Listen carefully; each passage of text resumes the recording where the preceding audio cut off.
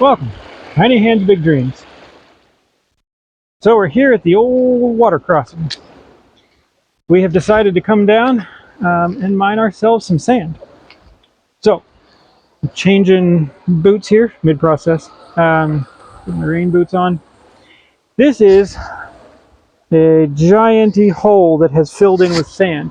Now they come out here with an excavator and they dig it down, and it helps when the water gets real high and comes through. It helps it not wash out the road. They also just use the sand on the road. Totally normal thing here is just that, you know, when they need to work on the road, they'll just scrape the sides of the property to get clay or something and like bring it onto the road. There's not like a lot of ask permission. We're building the road and whatever's here we can use. It's generally considered fair game.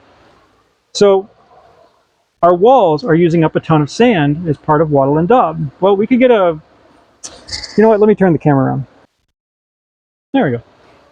So I could get a dump truck of sand. Now a dump truck is 12 cubic meters and it's $96. That's $96 that we don't actually have. That's like 2 weeks of food for us. So we're like, okay, we can't get a dump truck of sand right now. We prefer eating. So we have totes, 2 totes from Sam's Club. There we go, second one, which is about all the little vanny can hold before it flattens the springs out. Each tote is 0.09 cubic meters. If I get 2, that's 0.18 cubic meters. I think the math works out if I do 66 trips with almost full totes, then I can equivalent to a dump truck. Factoring in gas, it's probably about $70 or $80 equivalency if I don't count my time or van wear. We don't need 12 cubic meters. What do we need right now? We need 1 cubic meter. So there's a lovely river that the child likes to play in. Yeah. There's 2 kinds of sand. There is coarser that seems to be over here where the water is faster, and over on the side where there's a bit of a what do you call that, where the water comes in like back swirls. There's finer sand over there, so we're going to get some of that for the finish layers. But otherwise, you know, it's just a typical picturesque little spot, a little waterfall down there. We've hiked up this river before. There's neighbor's got a gold mine up around the corner. It's actually a really pretty walk. But today we're after the sand. So let's get some sand. Child wants to show us, this is the fine sand. It's really nice fine sand. Yeah, it's not contaminated. Pretty pure fine sand, which is actually, you know, nature provided it. So we're going to get a tub of that, and we're going to get a tub of the coarse, which we use for cement. It's mostly decomposed granite, quartz, things like that. It's got nice sharp edges. It's pretty quality material, honestly. So, all right, let's get some.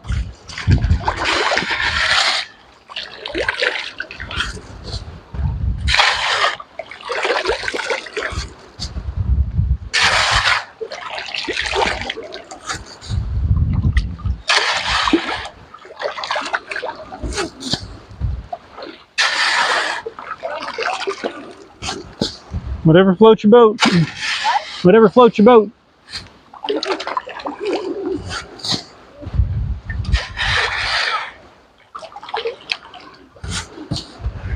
So I take the dry sand that I stacked up yesterday because it's dry, it's dewatered, and then the tote's full, but now I'm gonna stack extra here so that when I come back I have dry sand, which I then take, and then instead of shoveling fresh sand and taking fresh sand, I just time offset it by a day. Shovel, yeah, this one day, come back the next day. So it's all the same on a shoveling, but because I add an extra day of planting in there, now I get dry sand, which is far easier. All right, get your boat over here. We got to get it full.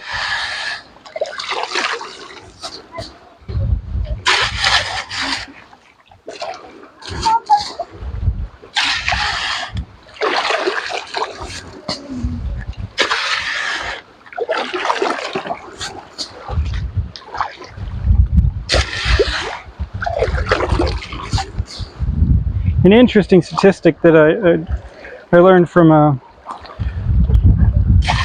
person I know that's Russian was the Russian army, I mean maybe the US Army has it too, actually has a standard statistic for how much a soldier can shovel in a day. And it was like 6 or 8 cubic meters. So when they're planning out like trench warfare or something, they can, each soldier is supposed to be able to shovel 6 or 8 cubic meters, and that's part of their planning.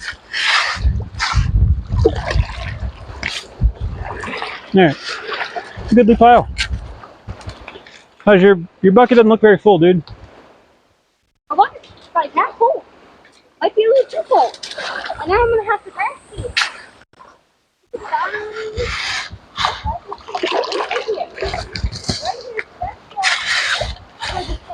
Okay, let's get it in the van.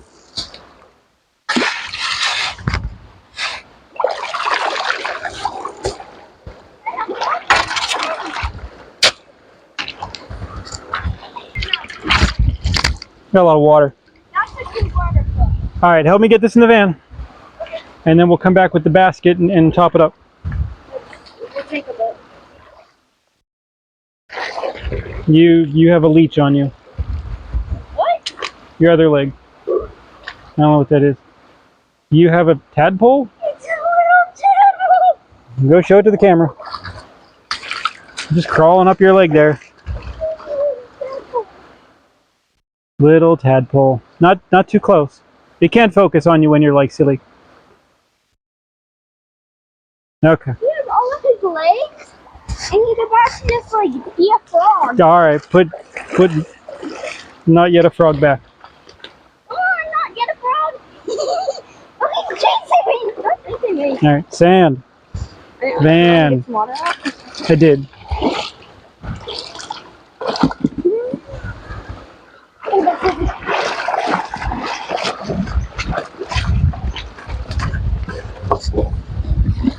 How do you want to get in? Just Lift it up. Put it in. P5O pump.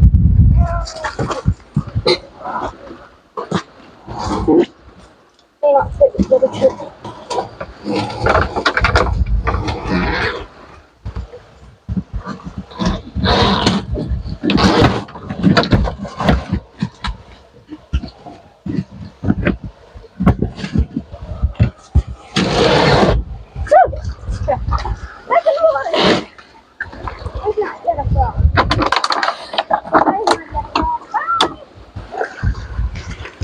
All right, baskets.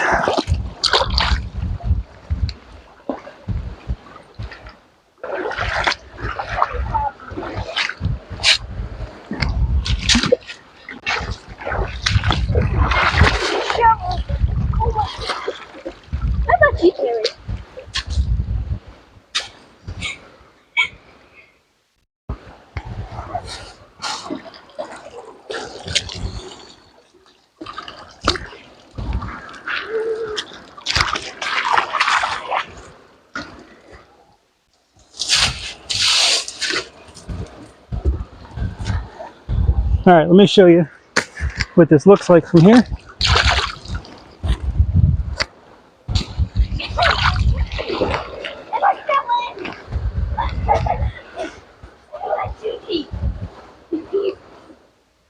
He's ridiculous.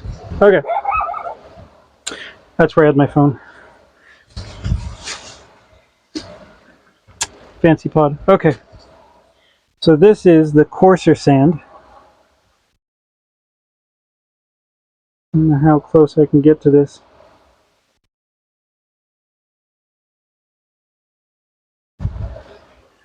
And then the finer sand.